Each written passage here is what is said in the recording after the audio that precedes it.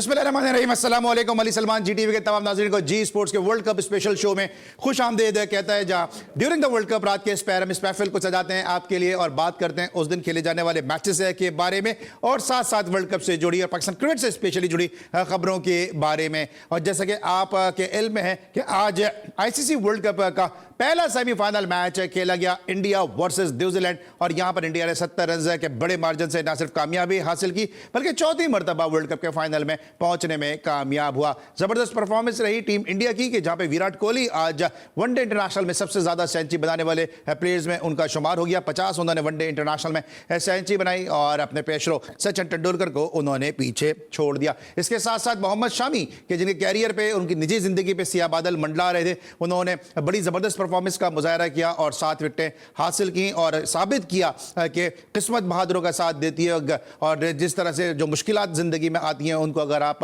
उसको cope up करते हैं, अगर आप उसको कामयाबी के साथ उसको गुजार लेते हैं तो फिर कामयाबी जो है वो आपके कदम चूमती है। और यही आज मोहम्मद शमी की बॉलिंग में भी नजर आया। तो टीम इंडिया की वाइट बॉल में उनकी जगह नहीं बन रही थी, लेकिन उसके बावजूद उन्होंने जो कमबैक किया उसके बाद से उन्होंने मुड़ के नहीं देखा। आज इस वर्ल्ड कप के पहले सेमीफाइनल को डिस्कस करेंगे जहां पे इंडिया फाइनल में पहुंचने वाली टीम बन गई है। दूसरी जाने पाकिस्तान क्रिकेट में काफी उखाड़ पिछाड़ हुआ और किस अंदाज से पाकिस्तान क्रिकेट में फैसले लिए जा रहे हैं इसको भी आज हम डिस्कस करेंगे अपने शो में कि जल्दी क्या है और इतनी उजलत क्या है इन फैसलों को लेने में। मेरे साथ आज शो में मौजूद होंगे पाकिस्तान के जबरदस्त सितारे, पाकिस्तान का एक नामवर नाम, पाकिस्तान का एक ऐसा नाम कि जिन्होंने हर हैसियत में पाकिस्तान को सर्व किया, lord of lords Mohsin Hassan Khan साहब। अस्सलाम वालेकुम सर, कैसे हैं? वालेकुम अस्सलाम, बिल्कुल ठीक हूँ, शुक्रिया। ज़बरदस्त। मोहसिन भाई की मौजूदगी जो है हमारे सबके जो है थोड़ा सा बूस्टर, एनर्जी बूस्टर साबित होती है, जबकि जो दूसरी शख्सियत मौजूद हैं ये आज पता नहीं क्यों फिर से एक दफ़ा खाली हाथ आ गए, क्योंकि आज विराट कोहली ने रिकॉर्ड बना दिया, 50 रन कर दिए और साथ साथ इनकी जो जिसको जिसको करते हैं टीम, वो टीम भी आज जीत गई है। लेकिन उसके बावजूद हम समझ रहे थे कि यहाँ पे मिठाइयों के टोकरे लगे होंगे, यहाँ पे बहुत बधाइयों का सिलसिला होगा, लेकिन ऐसा कुछ नहीं हुआ। लेकिन फिर भी टीम इंडिया जीत गई, ये सबसे बड़ी बात है। कमर हफीज साहब हमारे साथ मौजूद हैं। अस्सलाम वालेकुम सर, कैसे हैं आप? Thank you very much. चलिए, और आप मेरे चेहरे की खुशी का अंदाजा लगा सकते होंगे, अल्फाज बता रहे हैं मेरे चेहरे की जो तासुरात हैं। बहरहाल टीम जो अच्छा खेलेगी वो जीतेगी। आपकी मेरी टीम हो नहीं सकती है और आपकी मेरी होती तो वो तो अलग सीन होता, मगर ये कि जब आप खिलाड़ियों को देखते हैं ना अली, तो उन्हीं को देखकर प्रिडिक्ट करते हैं। बाकी टेक्निकल चीज़ें मोहसिन भाई से बेहतर कोई नहीं बता सकता। मोहसिन भाई अस्सलाम वालेकुम, एक मरतबा फिर आपको इस शो के अंदर। खुशी की बात देखें अली क्या है, ये 6 नंबर विकेट थी और 7 विकेटें शामी ने ले ली।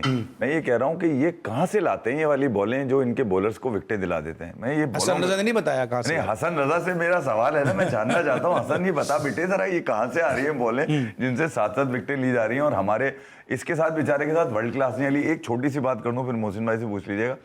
ये अपना कमबैक कर रहा था शामी धर्मशाला में, रिटर्न किया इसने अपनी, ओडीआईज नहीं खेल रहा था, वाइट बॉल नहीं रहे थे। वहां से कौन जानता था कि शामी जो है वो शामी फाइनल बन जाएगा। ये वानखेड़े का सेमीफाइनल नहीं था, ये शामी फाइनल हुआ है जिस अंदाज से उसने आज बॉलिंग करी। और ऐसे वक्त में देखिए कुदरत का निजाम भी बता दूं यहाँ पे मैं, कुदरत का निजाम ये होता है कि उससे कैच ड्रॉप हुआ विलियमसन का शामी से, और उसके बाद और अल्लाह ने उसी को दान दिया कि भाई तू ही इसका काबिल है कि तुझे, और फिर बैक टू बैक विकेट हासिल की। उसके बाद फिर शामी ने जबरदस्त।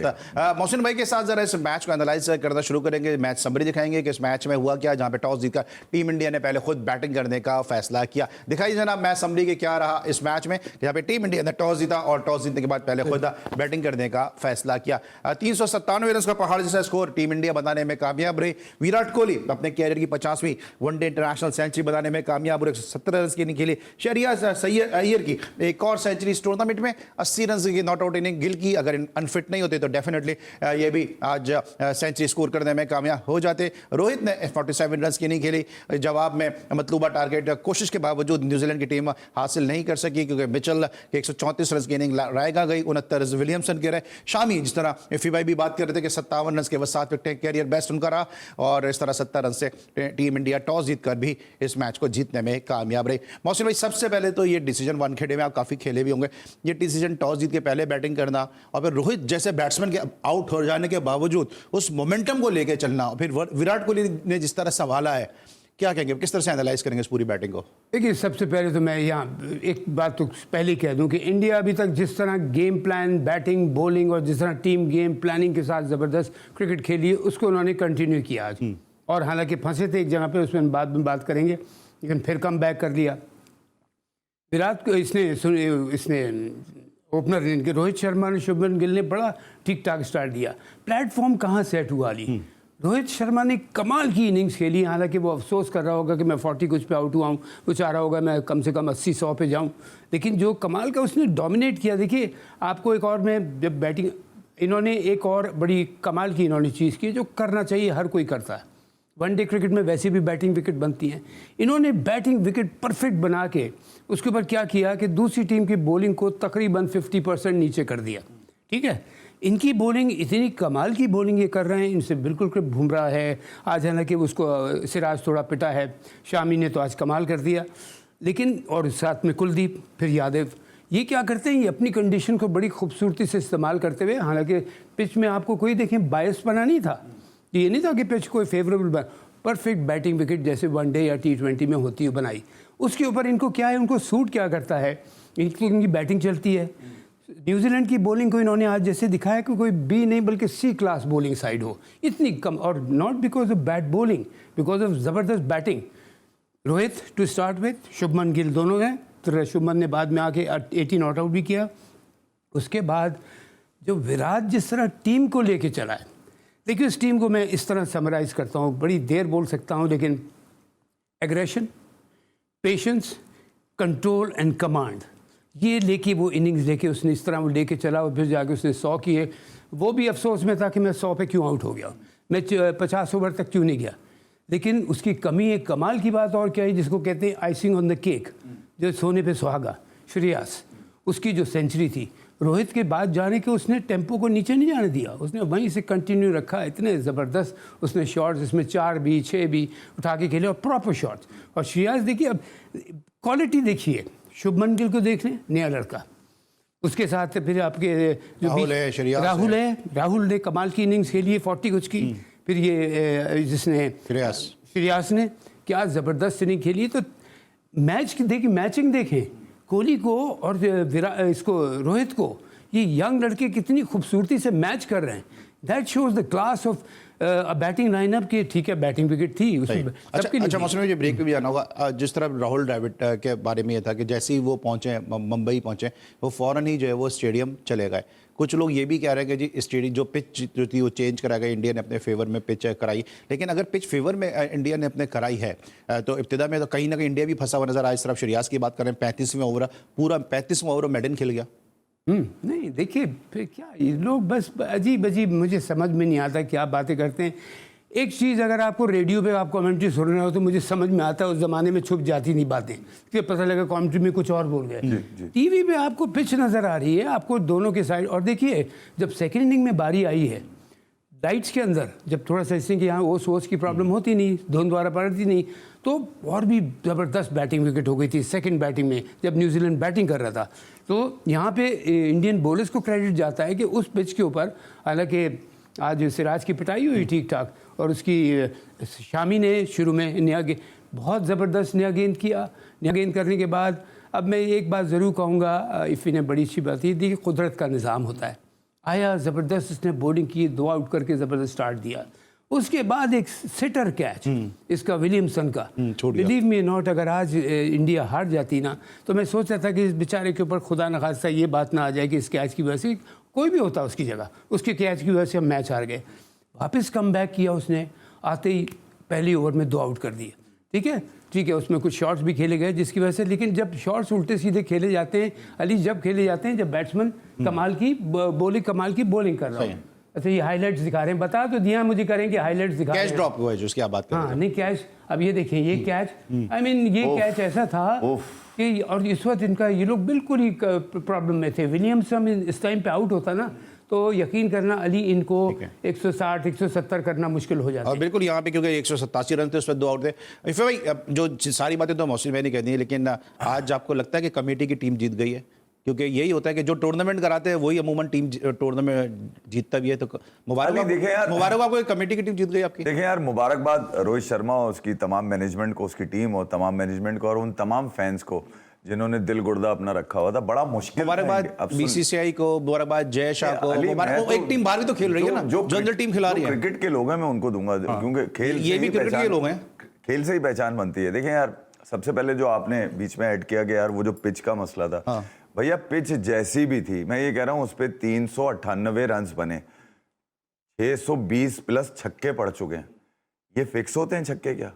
पूरे वर्ल्ड कप्स में 5-6 वर्ल्ड कप हो गए, इतने छक्के नहीं पड़े, इस वर्ल्ड कप में एक ही पड़ गए। किसने कही ये पिच की बात? कुछ सोशल मीडिया पे है ना, ये इंग्लैंड के कुछ अखबार से कहानी निकली, सोशल मीडिया पे वो असल में बदनाम करना है और कुछ नहीं है। दूसरा फिर ये कि ये इवेंट आईसीसी का है, अगर आईसीसी अंधा है तो एक अलग बात है, ये अंधा कानून तो नहीं है ना भाई आईसीसी का, वो देख रहे हैं। मोहसिन भाई ने बिल्कुल ठीक कहा, इस वक्त इस मामले में आईसीसी अंधे का का काम है, रेडियो वाले का काम नहीं है, सुनी सुनाई आगे ना बढ़ाए आदमी। दूसरा मैं आपको बताऊं, 5 चेस किए, 5 डिफेंड किए उन्होंने, 10-0 रोहित शर्मा बैठे हुए हैं। तो ये कौन सा कप्तान है दुनिया में जिसमें इतना पेशेंस है, जिसकी सारी चीजें उसकी बॉडी के अंदर हैं, कुछ भी जाहिर नहीं हो रहा। 23 ओवर में आज जब आपने देखा होगा, अगर आप मैच देख रहे, सन्नाटे हो गए थे, चौके छक्कों पे आवाज नहीं आ रही थी वहां तमाशाइयों की। क्यों उस रोहित शर्मा को गोद में इसलिए बिठाया 1.5 साल पहले कि तू हमें वर्ल्ड कप जीत के देगा भाई।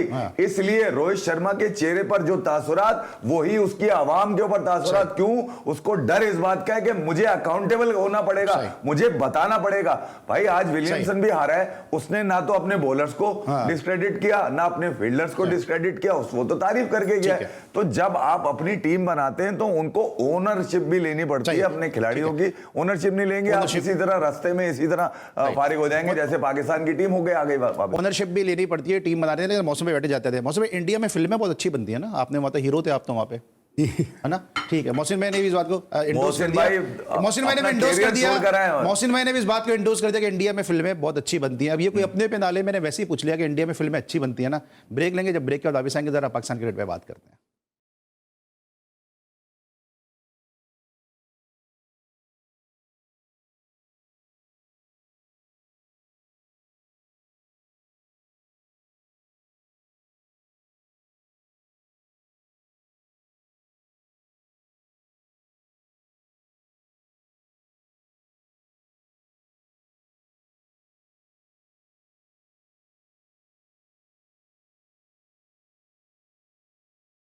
Welcome back after the break. और ब्रेक पर जाने से पहले हम बात करते पहले सेमीफाइनल की कि जो इंडिया और न्यूजीलैंड की टीमों के दरमियान खेला गया और यहाँ 70 रन से इंडिया ने कामयाबी हासिल की। अब हम बात करेंगे कुछ पाकिस्तान क्रिकेट के बारे में कि जहाँ पे जनाब आज बहुत सारी तब्दीलियाँ भी हुई। कप्तान बाबर आजम ने अपने ओहदे से रिज़ाइन कर दिया, साथ साथ सिलेक्शन कमेटी में भी तब्दीली हुई और तौसीफ अहमद बगैर कोई टीम सेलेक्ट किए, जो अबूरी चीफ सेलेक्टर थे, वो बाहर हो गए और वहाब रियाज को नया चीफ सेलेक्टर लेकर आया गया। इस पर आपके सामने स्क्रीन पर बाबर आजम का सोशल मीडिया पर दिया गया ट्वीट भी चल रहा है कि जहाँ पे उन्होंने अपनी कप्तानी छोड़ने के हवाले से कहा है। और जितनी ज़बरदस्त उन्होंने इंग्लिश लिखी है, जिस तरह भी एफी भाई भी बात कर रहे थे, हम लोग ऑफर जब बात करते कि अगर प्रेस कॉन्फ्रेंस में इसी तरह से बात कर लेते तो ज़्यादा बेहतर होता है।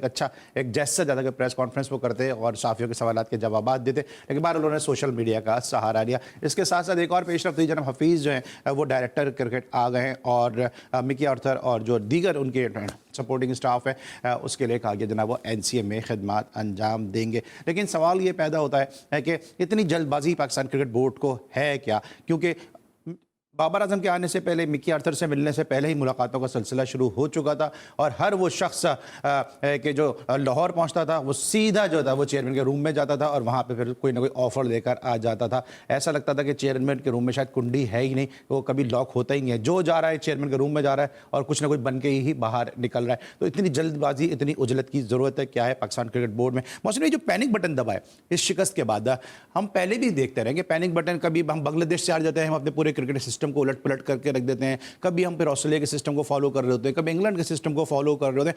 इतने पैनिक बटन जो है वो दब जाते हैं। अभी आप कप्तान से नहीं मिले, अभी आप मिकी आर्थर से नहीं मिले, ब्रैड बर्न से आप नहीं मिले, प्लेयर से जा जाके मिले और हर दूसरा प्लेयर कोई ना कोई ऑफर लेकर आ रहा है। इतनी जल्दबाजी, उजलत है क्या? अब मुझे लगता है अली आप मैच पे तो वापस नहीं आएंगे बिकॉज टॉपिक ऐसा छिड़ गया। करेक्ट है, मैं राइट हूं? बिल्कुल। उसके लिए 2 मिनट में दूंगा आपसे। जी, मैं सेकंड इनिंग की बात करूंगा सिर्फ। न्यूजीलैंड ने देखिए 2 विकेट गिरने के बाद एक बड़ा चेस किया ज़बरदस्त, और जिस वक्त विलियमसन और उसकी क्या नाम है दूसरा जिसने, विलियमसन और उसकी मिचेल ने जो पार्टनर, उन्होंने 180 कुछ की पार्टनरशिप की है। आई टेल यू व्हाट, उस वक्त इंडिया के पैनिक स्टेशन तकरीबन 400 करने के बाद वो हो गए थे। दैट शोज कि विकेट वॉज परफेक्ट।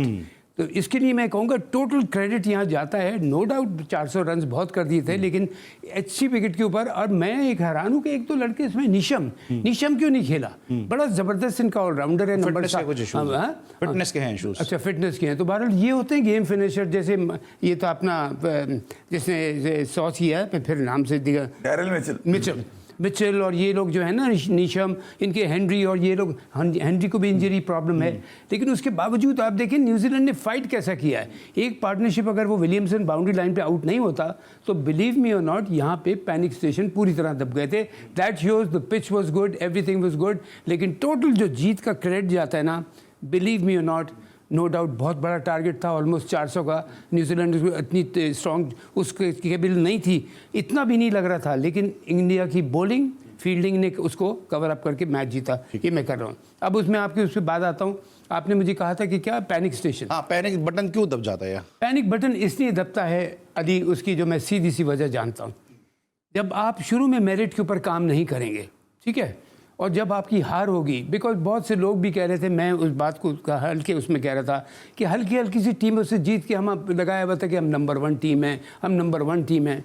जहाँ सामने टफ ऑपोजिशंस आई, यानी कि वर्ल्ड कप का एक तो प्रेशर भी था, जिसमें आपको अफगानिस्तान ने मुसीबत डाल दी, बांग्लादेश ने मुसीबत डाल दी, श्रीलंका ने, बड़ी टीमों से तो आप मैच हार ही गए। तो आपका पैनिक बटन दबेगा, इसी का आप एक्सपोज हो जाएंगे एकदम से। आप अपने आप को छुपा रहे थे। अब मेरे हिसाब से आई एम सॉरी टू से झूठ बोला जा रहा था आवाम से कि जी बड़ा ज़बरदस्त है, बड़ा ज़बरदस्त है। और I am sorry to, chairman भी तो बोल रहे थे ना, ये बाबर आजम, इसके अलावा मुझे कुछ नजर नहीं आता, बाबर आजम है तो टीम है। देखिए आप किसी सर मेरे सवाल ये ना, कोई आम आदमी तो झूठ नहीं बोल रहा था ना, आपका चेयरमैन क्रिकेट बोर्ड ही सारे मैसेज ये दे रहे थे ना। जब ऊपर से मैसेज ट्रांसफर होना चाहिए तो आम पब्लिक तो बड़ी मासूम है, तो समझेगी ये बात सही है। उस वक्त जो चेयरमैन थे, मैं बात नहीं करूंगा, अगर कोई क्रेडिबल आदमी की आप बात करें तो रमीज राजा साहब थे उस वक्त। हाँ, तो मैं उसके उस क्रेडिबल आदमी उसको समझता ही नहीं। आप रमीज राजा साहब को क्रेडिबल नहीं समझते? बिल्कुल भी नहीं, बिल्कुल भी नहीं, नेवर डिजर्विंग। एक आदमी जो पाकिस्तान को गाली देता है वो क्रेडिबल हो सकता है? वो कहता है बेशर्म हो जाओ तो बिग 3 को ज्वाइन करने के लिए। ये कब कहा उन्होंने? आपको नहीं पता? मुझे नहीं पता कब कहा उन्होंने। बिग 3 के जमाने में जब ज्वाइन नहीं कर रहा था पाकिस्तान, उन्होंने कहा कि इसको एक्सेप्ट कर लो। उन्होंने एक्सेप्ट नहीं कहा, अगर बेशर्म भी होना पड़े तो बेशर्म करो। बिशन सिंह बेदी बैठा था इंडियन, उसने डांटा इसको कि तुम्हें शर्म नहीं आती, तुम्हें कि तुम पाकिस्तान, जिसने तुम्हें सब कुछ दिया है, तुम उसको गाली दे रहे हो। इसने पूरी पाकिस्तानी कौम को बोला कि बेशर्म हो जाए। ऐसे लोगों को तो किक मार के निकाल देना चाहिए। अब वही कह रहे हैं बाबर आजम के पीछे छुप रहे। नहीं, बाबर आजम, लेकिन वो, मैं उस आदमी को क्रेडिबल नहीं समझता हूँ जिसके लिए मैं बात करूँ। और आपने मुझे बात की है कि आपको, अगर आपको ये बात नहीं पता थी तो मेरा ख्याल, मुझे तो बिल्कुल ही नहीं पता होना चाहिए। पूरे पाकिस्तान को पता थी। पूरा वीडियो गायब कर दिया गया था एकदम से। ये बैठे हमारे साथ, जिनसे कहा गया था कि वीडियो है, लेकिन बिल्कुल है, मैं नहीं मिल पाया किसी मजबूरी से। देखो आप लोग जब अपने आप से झूठ बोलेंगे ना, जब हम अपने मुल्क को डाउन करेंगे, दूसरे मुल्क वाला देखेगा कि अपने मुल्क को खुद डाउन कर रहे हैं। यकीन कीजिए उस शो में, जब मैं एक मिसाल दे रहा हूँ, कि इंडियन ने बैठ के डांटा के शट अप, जिस मुल्क ने तुम्हें सब कुछ दिया है तुम उसको ऐसे, उसके लिए ऐसे अल्फाज इस्तेमाल कर रहे हो। तो हम ऐसे, जब बाहर वाले देखते हैं कि हम अपने मुल्क को खुद डाउन कर रहे हैं तो फिर वो तो करेंगे, उनको तो मौका चाहिए। वो कहते हैं, इनको जब पाकिस्तानी क्रिकेट को बैन लगा था तो ये कमेंटेटर, वो कोच, ये बन के जो ये 3-4 लड़के थे, ये पहुंचे थे वहाँ पे। जब मैंने, तो आपको याद है जो मैंने कॉन्ट्रैक्ट कैंसिल किया था अपना, कि आपने मेरे पाकिस्तानी क्रिकेटर्स को नहीं बुलाया, मैं नहीं आ रहा। तो इनको कोई शर्म है नहीं है? ये कैसे बेगैरत लोग हैं कि इनको पाकिस्तान की इज्जत का ख्याल नहीं है बिल्कुल, कि हम जा रहे हैं। अब वो हम पे हंस क्या रहे थे, पाकिस्तान को टीम को हमने लात मार के निकाल दिया, प्लेयर्स को, ये हमारे पास भागे दौड़े आ गए। उस वक्त कहना चाहिए था, मैं कुछ वो फरिश्ता नहीं बन रहा। मैं कह रहा हूँ कि मैंने देखा इन्होंने मेरे मुल्क की इंसल्ट की है, मेरे पाकिस्तानी क्रिकेटर्स की, मैंने जाने से मना कर दिया। तो इनकी क्रेडिबिलिटी की आप बात ना किया करें, ठीक है अली? आप एक अच्छे नेक इंसान हैं। मैं पूछ रहा हूं सर, सवाल करना मेरा। 92 के चैंपियंस में नाम आता है उनका, वो तो कहते हैं कि अब मैं ही, और सर बार-बार मौसम भाई, फिर बार-बार इसको मैं थोड़ा रिफ्रेश कर देता हूं। सेंचुरी भी मैंने मारी, वो तो कह रहे हैं कि सारा कुछ उन्हीं को आता था और बाकी तो किसी को नहीं आता। नहीं, और फिर दूसरे तो बार-बार इन्हीं लोगों को, जो इफी भाई बात करें, बार-बार इन्हीं लोगों को घूम फिर के बुलाते हैं ना। अफसोस मुझे होता है, जैसे अब ये नहीं कि आप सामने बैठे हैं, लेकिन आपकी जो अचीवमेंट है, वो परफॉर्मेंस, कहते हैं ना, मुंह बोलता सबूत है। आप हैं आमिर सुहेल जैसा बंदा, आमिर मलिक जैसे बंदे हैं, और भी ऐसे ट्रांसपेरेंट बंदे जो कभी फिक्सिंग में इन्वॉल्व नहीं हुए, कभी किसी कंट्रोवर्सी में इन्वॉल्व हुए, वो हमेशा जो है वो स्टूडियोज में बैठे रह जाते हैं। तो किसी वजह देखिए ना, बात सारी मैंने आपसे क्या बात कही थी कि मेरे खिलाफ जब इतना ऐसा रिजल्ट अगर इनके किसी चहीते का आ जाता है ना, तो उसको 5 साल का बॉन्ड सा इंसान करा लेते कि 5 साल के लिए आप रहेंगे इस पोजीशन पे। लेकिन हमारा media, I am sorry to say, हमारे मीडिया में कुछ ऐसे लोग हैं, हमारे अच्छे लोगों का भी नाम खराब करते हैं, जो अच्छे मीडिया के लोग हैं, कुछ इतने गंदे और घटिया लोग हैं कि जिन्होंने पाकिस्तान क्रिकेट को और पाकिस्तान के हालात को बर्बाद करने में कोई कसर नहीं छोड़ी। वो इन जैसे लोगों को उठाते हैं कि जिनको जो आप सुनते हैं लिफाफे वाले कौन है। तो इनकी वजह से हमारे पाकिस्तान को क्रिकेट को, मैं क्रिकेट की बात करता हूँ, दूसरी तरफ हम नहीं जाते, हर तरफ से नुकसान पहुंचा है, क्रिकेट को बहुत नुकसान पहुंचाया। और हमारे जो अच्छे मीडिया के लोग हैं ना अली, उनका नाम बदनाम हुआ है। ये वो होता क्या है कि वो एक तालाब फिश से गंदे करती है, ये कुछ गंदे हैं जिन्होंने पूरे मीडिया का नाम बदनाम किया। तो बहरहाल मैं कह रहा हूँ कि जब आप सिफारशी खिलाएंगे, नेपोटिज्म होगा। मेरा जो वो था, सिफारशी ये नहीं खिलाता, टीम में गैम्बलिंग ये नहीं होने देता, ये तो हमारे मतलब का आदमी है। मैंने कहा खुदा हाफिज, मैं ना सिफारशी खिलाऊंगा ना मत। और ये जो आपने 2 नाम लिए, आमिर मलिक का, आमिर सुहेल का, ये भी क्यों है टीम में, क्रिकेट बोर्ड में नहीं है? इसी वजह से कि इन्होंने साफ से जिंदगी गुजार रहे हैं। देखिए, मुझे और आपको अल्लाह के सामने अकेला खड़ा होना है। ये तो छोड़ें, बहुत दूर की बात है, इनकी पे तो ऐसी कम तैसी माँ बाप साथ नहीं खड़े होंगे, अकेले जवाब देना इनको इस बात का ख्याल नहीं आता। और अपने मजहब और अपने मुल्क के खिलाफ अल्लाह ताला इस चीज से लिल्लाही नफरत करता है। ठीक है, मौसम बेगा आपने सुन लिया, और ये सच्चे पाकिस्तानी की आपने आवाज़ सुनी, आपने देखा कितना दुख है, कितना दर्द है, जज्बात कितने हैं मौसम बेगा कि पाकिस्तान की टीम की परफॉर्मेंस भी खराब हो रही है। और दूसरी तरफ फिर हम ये देखते हैं कि चेयरमैन साहब ने जो पैनिक बटन दबाया, इसको जरा और मैं मजीद डिस्कस भी करूंगा एफी के साथ, मौसम बेगा के साथ भी। जरूरत नहीं थी इस मौके पर इतने ज्यादा लोगों के साथ मुलाकात करने की, गिनती के चंद गिने चुने लोग हैं। ये इसलिए नहीं कह रहा हूं कि हमारे शो का हिस्सा है, मोहसिन भाई हमारे साथ बैठे हैं, लेकिन ऐसे लोग हैं जिन्होंने माजी में पाकिस्तान के लिए परफॉर्म किया हुआ है, साफ सुथरे लोग हैं, इनको लिया जाए। तौसीफ बेग को किस जुर्म में जो है वो सिलेक्शन कमेटी से हटाया गया, इसका जवाब भी जरूर देना चाहिए, क्योंकि अभी तो उन्होंने कोई टीम सेलेक्ट की ही नहीं थी। आपने एक आदमी को जिम्मेदारी दी, उसने अभी तक परफॉर्म किया नहीं किया, और उसके बगैर उसके आपने खेले टीम से ड्रॉप कर दिया। तो बहुत कुछ जो पाकिस्तान क्रिकेट बोर्ड में इस वक्त हो रहा है। ब्रेक लेंगे, वापस आएंगे, मजीद बात करेंगे, मिलते हैं ब्रेक के बाद।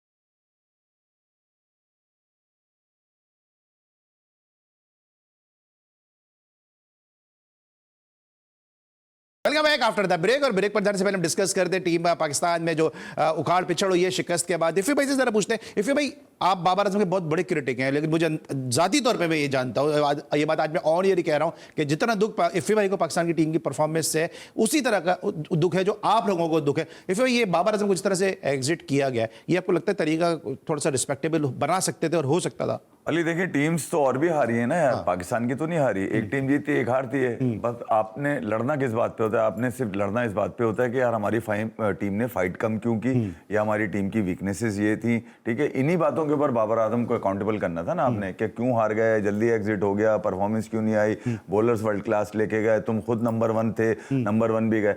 आपने बाबर आजम को इस तरह थोड़ी निकालना था कोई, इतने रन देखिए बाबर आजम ने जो लिखा है ना, ये कम से कम 600 अल्फाज लिखे हैं बाबर आजम ने, भाई तू इतने रन मार के आ जाता। मगर 4 महीने का चेयरमैन खुद लिखा है? नहीं, जिसने भी लिखा है यार छोड़ दें। अगर ये बोल रहे होते तो दुनिया को पता है क्या बोल रहे, ये नहीं बोल रहे होते कि मेरा लेवल ही और है, मुझे फर्क नहीं पड़ता, तू नवाज तू मेरा, इनकी तो झुकते ही अलग हैं, क्रिकेट तो है नहीं इनके पास। मैं सिर्फ ये कह रहा हूं, देखिए कप्तान था बाबर आजम आपका, हार गया कोई बात नहीं, आप अकाउंटेबल करते, उससे पूछते भाई हुआ क्या है। एक चेयरमैन जिसकी अपनी गद्दी मजबूत ही नहीं है, जिसको पता ही नहीं है कि आज कुर्सी है कल नहीं होगी, ऑलरेडी कई कोर्ट्स में उनकी पिटीशन भी गई हुई उनके खिलाफ, जका साहब के खिलाफ। मगर ये देखना है कि यार इस चेयरमैन जिसके पास अथॉरिटी नहीं है, वो कैसे प्रेशर डाल के खिलाड़ी को जो है ना, वो कहता है कि तुम खामोशी से जो है ना गायबाना दे दो तुम, बाकी हम चला देंगे। यार कमाल हो गया। ना मैं विराट कोहली को जिस तरह जिस अंदाज से हटाया गया उसके फेवर में था, ना मैं सरफराज को, ना मैं मोहसिन हसन खान साहब को जिस अंदाज से हटाया गया। देखें ये प्रेशर में लेकर आप नहीं कर सकते। 4 साल उसने पाकिस्तान को कप्तानी करी है, जैसा भी था यार वो, ठीक है, जो भी हुआ Respect करनी चाहिए। रिस्पेक्ट तो दें ताकि जो अगला आने, शान से आप क्या समझ रहे हैं, शान भी वही सेटिंग से बनकर आए वो।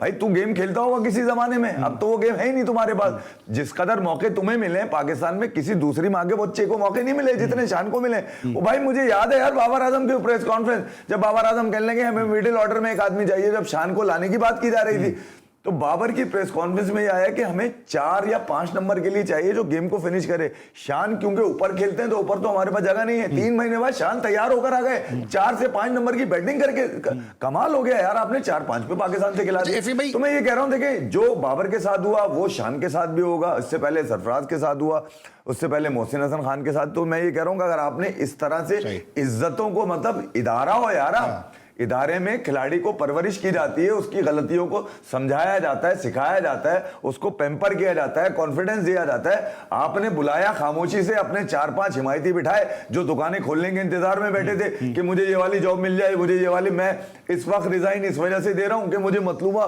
जो है ना पोजीशन नहीं मिल रही। जब ये बिल्कुल ही गिर जाएगी टीम तो मैं अपनी मतलूबा पोजीशन भी ले लूंगा और मैं टीम मैनेजमेंट में भी आ जाऊंगा। तो यहां पर तो जो आपके फॉर्मर क्रिकेटर्स हैं ये अपनी दुकानें चमकाने के लिए बैठे हुए। भाई मेरा सवाल सीधा सा ये, क्रिकेट कमेटी की एक मीटिंग होती, उसके अंदर बाबर आजम को बिठाया, चेयरमैन क्यों मिल रहा है यार? क्यों मिल रहा है? ये क्रिकेट कमेटियां, ये और दूसरी कमेटियां जो इतनी बनी हुई है वो किस लिए हैं? वो क्यों, किस बात के पैसे ले रहे हैं वो लोग बैठ के यार? बाबर को अकाउंटेबल क्रिकेट कमेटी करेगी आपकी, जिसने बनाया था वसीम अकरम मिसबाउल्लाह, वो करेगी ना अकाउंटेबल। वो है नहीं गई, चेयरमैन खुद बैठे हुए हैं जिनकी अपनी कुर्सी का पता नहीं है कि वो कंफर्म है नहीं है, कितने दिन है वो नहीं है यहाँ के। तो यार ये ज्यादती है बाबर आजम के साथ। मैं बाबर आजम के लिए सपोर्ट करता हूं, और जिस अंदाज से बाबर आजम को हटाया गया है, भाई कोई मुस्तकिल चेयरमैन होता ना अली, मैं खामोश हो जाता, ठीक है, मगर यार ये डे टू डे अफेयर है यार, ये पूरे पाकिस्तान की क्रिकेट का मामला है। ये बिल्कुल बाबर की प्राइड का तो ख्याल करते हैं। ये आपके साथ भी ये सब कुछ हो चुका है, सिलसिला कब रुकेगा? क्योंकि आप तो परफॉर्मेंस देने के बाद आपको जिस तरह हटाया गया, मुझे याद है वो लैम एक्सक्यूजेस दिए गए कि जी मोहसिन हसन खान का घर नहीं मिल रहा, मोहसिन हसन खान क्वालिफाइड नहीं है। मोहसिन हसन खान जितवा रहे, सीरीज पे सीरीज जितवा रहे, सिलेक्शन कमेटी में प्लेयर पे प्लेयर दे रहे, लेकिन क्वालिफाइड नहीं थे ना सर, आपके सर्टिफिकेट कोई नहीं है असल में। सर्टिफिकेट, जिनका सर्टिफिकेट लेके आए थे उन्होंने पूरा रिजल्ट दे दिया ना पाकिस्तान को, ऐसे पाकिस्तान की टीम को ले गए। और इसमें फिर इसमें हाथ था बहुत बड़ा मीडिया का। मैं आपको बता रहा हूँ, सर्टेन लोग जो घटिया लोग हैं मीडिया में हमारे, जिन्होंने अच्छे लोग फिर मीडिया से डरता है, फिर क्या ये जो इतने सारे लोग मीडिया को इस्तेमाल किया जाता है। देखिए मीडिया का तो मशहूर है कि मीडिया इस्तेमाल किया जाता है और इस्तेमाल होते हैं। मैं एक बात को जो इफ़ी ने कही है उसको मैं इस तरह सेकंड करूंगा।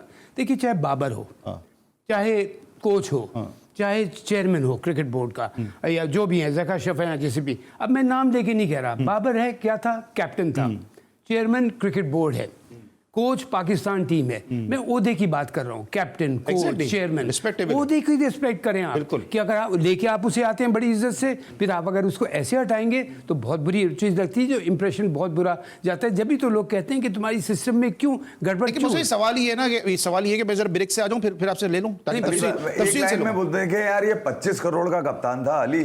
ये दो पॉलिटिकल अपॉइंटमेंट्स होती है ना चेयरमैन की, मगर वो 25 करोड़ का कप्तान था। एटलीस्ट उसको इतनी रिस्पेक्ट देते कि वो प्रेस कॉन्फ्रेंस करता और लोगों के सवालात का जवाब देता। नहीं, मैं उसमें से एक और ये चीज सर मोहसिन भाई कंटिन्यू कर लेते हैं, चलिए थोड़ा सेशन को बढ़ा लेते हैं। मोहसिन भाई ये जरूरत क्या थी? अभी देखें ना, अभी आप पहले कैप्टन से मिलते, डायरेक्टर क्रिकेट से मिलते, कोच से मिलते, फिर आप प्लेयर से मिलते, फिर आप डिसीजन लेते। अभी वो पहुंचे नहीं है कि आप हर दूसरे प्लेयर से मिल रहे और उसमें किसी ऐसे प्लेयर से भी मिल रहे जो खुद टेक्निकली भी सही नहीं है, खुद उसकी टीम में जगह भी इन और आउट ही रही है। तो मतलब जिस प्लेयर का दरवाजा खुला हुआ मिल रहा है वो अंदर जा रहा है बस। नहीं, और दूसरी बात, अगर आपको याद होगा जब ये लोग तो अभी इंडिया में खेल रहे थे ना, आखिर के 2-3 मैचेस जो मुलाकातें शुरू हो गई, और नहीं, और पता चला था कि ये बाहर, वहीं उसी वक्त खबर उड़ना शुरू हो गई थी। वाह, उस वक्त आना चाहिए था स्टेटमेंट की, कोई ऐसी खबर नहीं है। हम पहले बाबर से बार बार आप मुझसे पूछते थे कि मोहसिन भाई आप क्या करते? मैं कहता मैं बाबर को बुलाता, अगर मैं चेयरमैन उसको बुला के बैठता, उससे बात करता, देखता कि मेंटली ये लड़का कितना गिरा हुआ है या अब ये कितना स्ट्रांग है कि नहीं मैं इसको कंटिन्यू करूंगा, ये फाइट बैक करके वापस आएगा, या मैं देखूंगा नहीं अगर ये गिरा हुआ है तो मैं समझाऊंगा बेटा थोड़ा सा साइड लाइन हो जाओ। विराट कोहली आज जो क्रिकेट खेल रहा है, कैप्टन था ये इंडिया का, इतनी उसके ऊपर बरसात हुई, इतनी बरसात हुई, बौछार हुई, बल्कि जूते मारे हुए गए, उसको क्या क्या तौबा नाउजुबिल्लाह बदतमीजी की गई।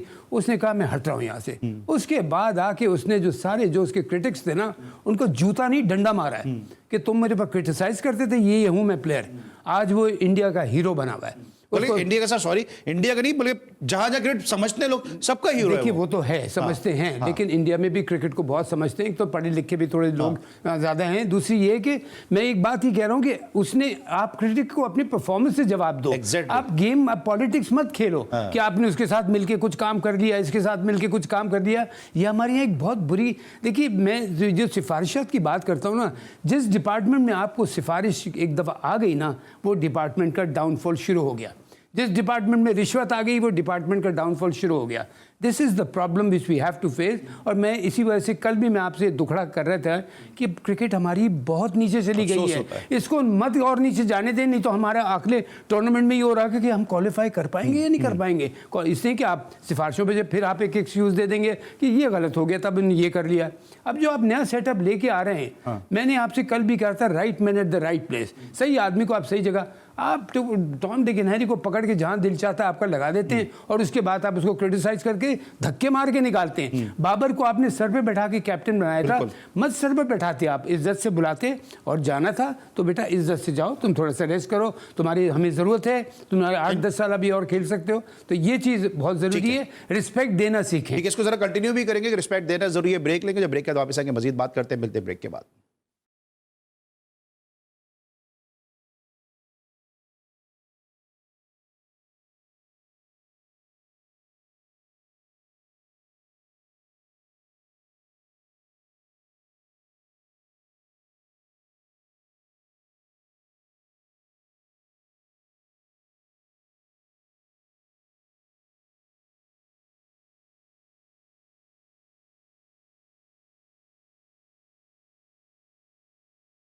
Welcome back after the break. और ब्रेक पर जाने से पहले बात करते हैं पाकिस्तान क्रिकेट के मामलात के हवाले से। मैं एक बात बता दूं अली, जरा ये आप बीच में जरा मैं इसलिए टोक रहा हूं कि ये इरफान पठान, वीरेंद्र सहवाग तो आपको बड़े याद रहते हैं। ये बताइए ये अब्दुल रज़ाक का क्या है, मतलब इनके मज़ाक खत्म क्यों नहीं हो रहे? अब्दुल रज़ाक ने जो कहा, अब्दुल रज़ाक ने उसमें माफी मांग ली, उसके बाद बात खत्म हो गई। ना इरफान पठान ने माफी मांगी, ना वीरेंद्र सहवाग ने मांगी। नहीं तो उन्होंने किया, ऐसा तो नहीं किया था ना यार। जिसने माफी मांग ली, किसी की बेटी बहू, किसी की, मतलब यार माफी मांग ली, औरत का रिश्ता पता है उनको कितने कितने हिस्सों में है औरत का रिश्ता। ठीक है, चले हो गया यार, बोलते हुए ये भी नहीं, आपने कुछ बोला कुछ नहीं। नहीं, मैंने इसलिए नहीं बोला क्योंकि माफी मांग ली ना अब्दुल रज़ाक ने। अगर अब्दुल रज़ाक माफी नहीं मांगते तो मैं डिस्कस करता। नहीं माफी, मतलब उन्होंने ऐसा क्या किया था, किसी की मां बहन बेटी के बारे में बात करी थी। देखिए माफी नहीं मांगी ना उन्होंने, अपने स्टेटमेंट में कायम रहे। मौसम उन्होंने किया क्या था, मुझे ये बताइए जो माफी मांगे। ठीक है, चले मैं कर लेता हूँ, जरा क्रिकेट में थोड़ी सी बात कर लेते हैं। मौसम भाई, ये अभी हम जो बात कर रहे हैं, जितनी भी हम बात कर रहे हैं, मिकी आर्थर को जो काउंटी में कोचिंग कर रहे थे, उनको वर्चुअल कोचिंग उन्होंने पाकिस्तान के लिए की है। अब ये कह रहे हैं अकेडमी में उनको कोच लगा रहे हैं, उनकी पूरी कैबिनेट उनको एकेडमी में लगा रहे हैं। आपको लगता है एकेडमी में कोचिंग के लिए दस्तयाब होंगे वो? देखिए पहली बात तो मैं आपको बताऊं, जो मैं फॉरेन कोच की बात कर रहा था ना, क्योंकि इनको मैं कभी इनको मैं प्रेफर नहीं करूं अनटिल अनलेस कोई खुदा न खास्ता बहुत मजबूरी है, जो कि नहीं है। अब यहाँ के क्रिकेटर का ये भी नहीं कि आप किसी को भी उठा के कोच लगा दें।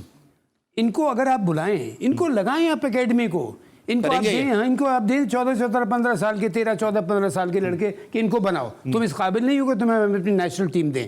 ये तो आते हैं, ये वीआईपी आते हैं और ये वीवीआईपी होके चले जाते हैं हरवाने के बाद। अब क्या होगा? अब मुझे बताइए कि इसकी क्या अकाउंटेबिलिटी हो रही है हेड कोच की? मुझे बताइए कि एग्जिट दे दिया बस, आप जाओ। नहीं, अब देखिए वही मैं आपसे कह रहा हूँ कि उसकी अकाउंटेबिलिटी उसकी होना चाहिए था। He was in charge of the captain, he was in charge of the whole ship, जिसमें प्लेयर्स, कैप्टन, हर कोई आता है। उसकी परफॉर्मेंस के अगर खुदा ना खास्ता बात, जैसे मैं आपको याद होगा मैं प्रोग्राम में कह रहा था कि इस वक्त हेड कोच का काम आता है उसको बुलाए, उसको बैठ के समझाए कि अभी 2-3 मैच गए, खराब हो गए, देखो तुम ये चीज़ें संभालो, तुम बहुत कमाल के कैप्टन भी हो, प्लेयर भी हो, इस तरह उसको टीम को उठाते। यही काम होता है। ये थोड़ी होता है कि आपने जाके प्लेजर ट्रिप मारा, हज़ारों लाखों डॉलर कमाए और उसके बाद आप खुदा हाफिज बाहर से बाहर चले गए।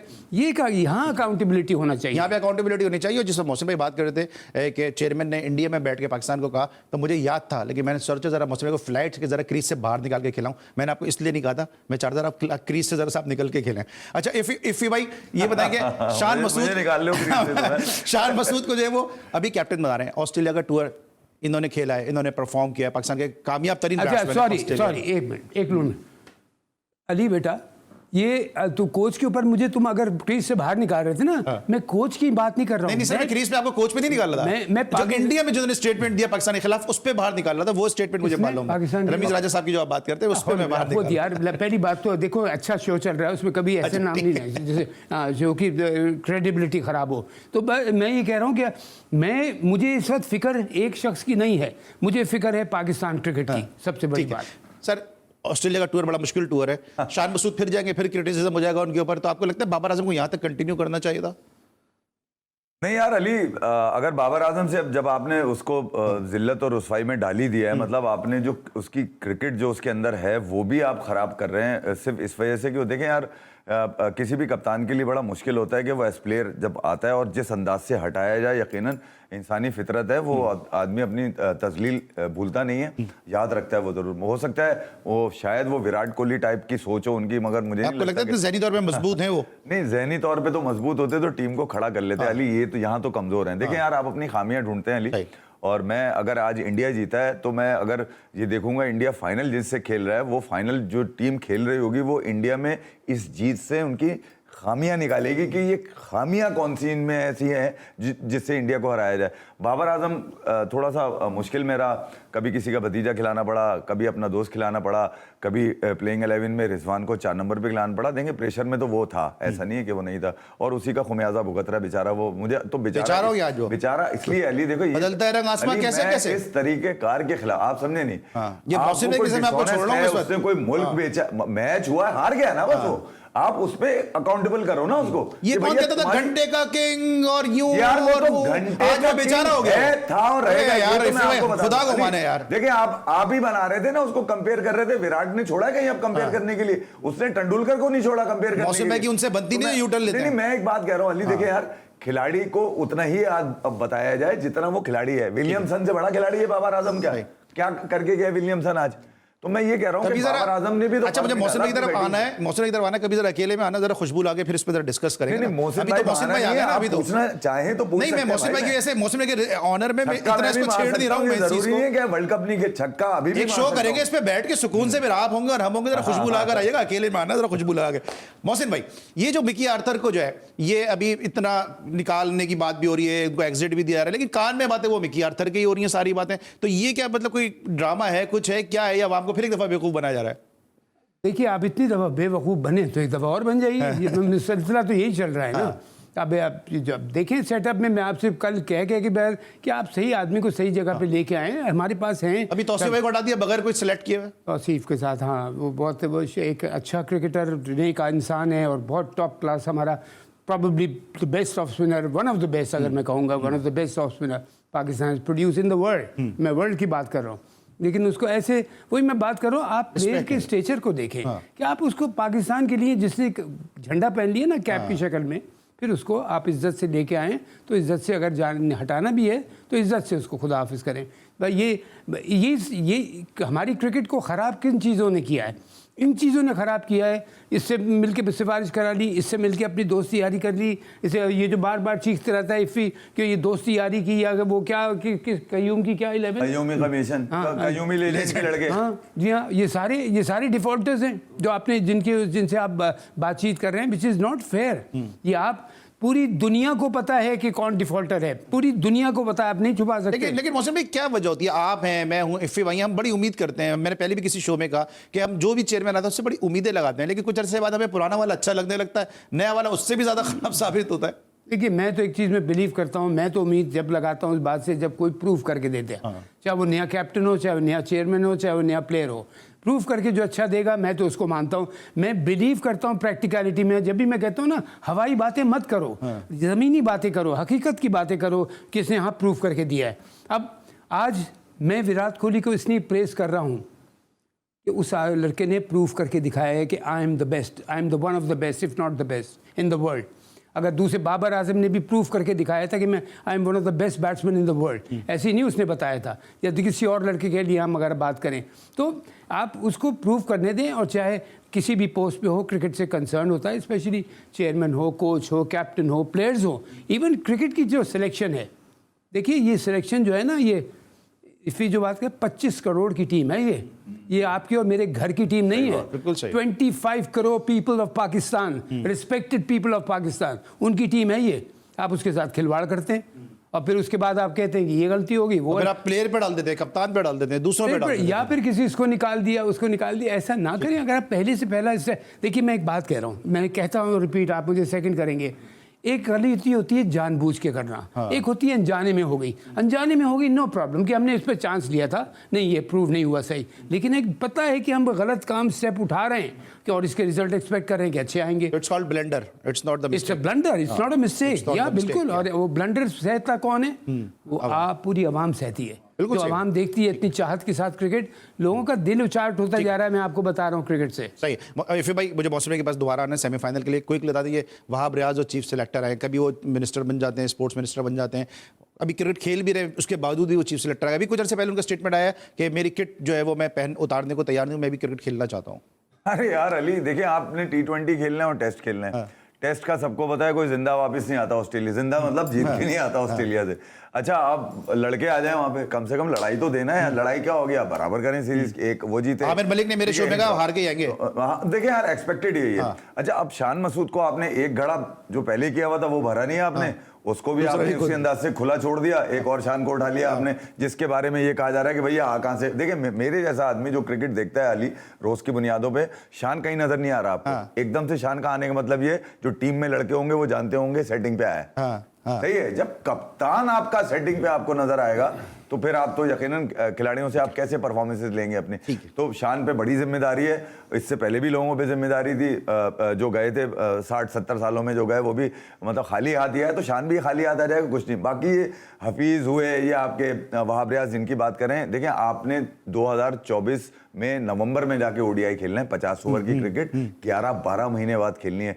T20 की तो वैसे ही टीम अच्छी थी आपकी। अगर वहाब रियाज आ जाएंगे, जीत जाएगी, तो कौन सा नया काम हो जाएगा भाई। तो T20 की तो टांगे हैं आपके पास। ठीक है सर, कल जो सेमीफाइनल है साउथ अफ्रीका वर्सेस ऑस्ट्रेलिया, किसको आप समझते हैं बेहतर है? देखिए, आज के लिए मैंने आपसे कहा था कि इंडिया को एज है। You remember? जी, मैंने कहा था इंडिया को एज है, लेकिन न्यूजीलैंड ऐसे नहीं छोड़ेगी। और अगर वो विलियमसन की और इसकी फिर नाम निकल जाता है दिमाग में, डैरिल मिचेल की अगर जो पार्टनरशिप अगर 30, 40, 50 रन की और लग जाती, बिलीव मी नॉट पैनिक, वहीं से रोहित शर्मा की परेशानी शुरू हो गई थी और दूसरे भी लोग। कल के लिए मैं ये कहूँगा, दोनों टीमें मेहनत से खेलती हैं क्रिकेट। ऑस्ट्रेलिया बहुत बड़ी फाइटर है, साउथ अफ्रीकन भी हैं, लेकिन साउथ अफ्रीका इतनी मुझे स्ट्रांग नहीं लग रही कंपेयर टू ऑस्ट्रेलिया। लेकिन believe me not, on the day उनको पता है कि डू और डाई है, डू और डाई वाली बात है। एक मैच, उसके बाद फाइनल, उसके बाद चैंपियनशिप। तो ये ऐसी टीमें जो होती हैं, इनके कारण आप नोट कीजिएगा कि दोनों टीमों की कैच छूट जाते हैं, कोई जानबूझ के कैच नहीं छोड़ता, लेकिन जो बॉडी लैंग्वेज होती है ना, वो दोनों की बहुत स्ट्रांग होगी। जो कमेटी की टीम है और आपकी टीम है, वो फाइनल किससे खेलेगी? बबूमा से खेलेगी। मैं 3 नाम बता देता हूँ। मोहसिन भाई डैरिल मिचेल को भूल जाते हैं। डैरिल कलिनन जो 4 नंबर पे खेलते थे south Africa 92 world cup, spinner को बहुत अच्छा खेलते थे। ठीक है। और फिर डैरिल हेरिल जो मुतनाज़ा तरीन का अंपायर रहे हैं हमेशा से, ठीक है। और ये उसके बाद डैरिल मिचेल, मुझे याद है डैरिल मिचेल जब आया था तो हमने यही कहा था कि यार इसको तो घर पे भी कोई नहीं जानता कि ये क्रिकेट खेलता है, मगर ये बहुत बड़ा नाम बनेगा। अल्लाह ने उसके साथ अच्छा खेला, अच्छा परफॉर्म किया। बबूमा साउथ अफ्रीका को सीरीज मार के भी आया है, अच्छा, ठीक है, और यहाँ पर भी मारेगा वो। फाइनल इंडिया और साउथ अफ्रीका का नजर आ रहा है। मैं अब टेक्निकल चीजें तो मोहसिन भाई बताएंगे, मैंने अपनी दिल की बात बता दी। फाइनल आईसीसी ई की टीम के साथ होगा। देखिए ये आईसीसी का इवेंट है अली, ये जैशा का इवेंट नहीं। मैं तो कहीं नहीं जैशा, मैं ये कह रहा हूँ एशिया कप से जैशा को आपने पकड़ा है। राणा टुंगा ख्वाब में उनको नजर आता है कि जैशा मेरी क्रिकेट कल देख लेते हैं कमेटी की टीम से कौन फायदा। Sir thank you so much Mohsin भाई, थैंक यू सो मच। कल जनाब south Africa versus Australia, Mohsin भाई ऑस्ट्रेलिया को थोड़ा एज दे रहे हैं और साउथ अफ्रीका को एज दे रहे हैं। इफ़ी भाई, अब देखते हैं कि कमेटी की टीम यानी इंडिया की टीम पहले ही पहुंच चुकी है फाइनल में, और जो दूसरी टीम है वो कौन सी पहुंचेगी उसको देखना होगा। कल इंशाल्लाह डिस्कस करेंगे। अली सलमान को इजाजत दीजिए, अल्लाह हाफिज।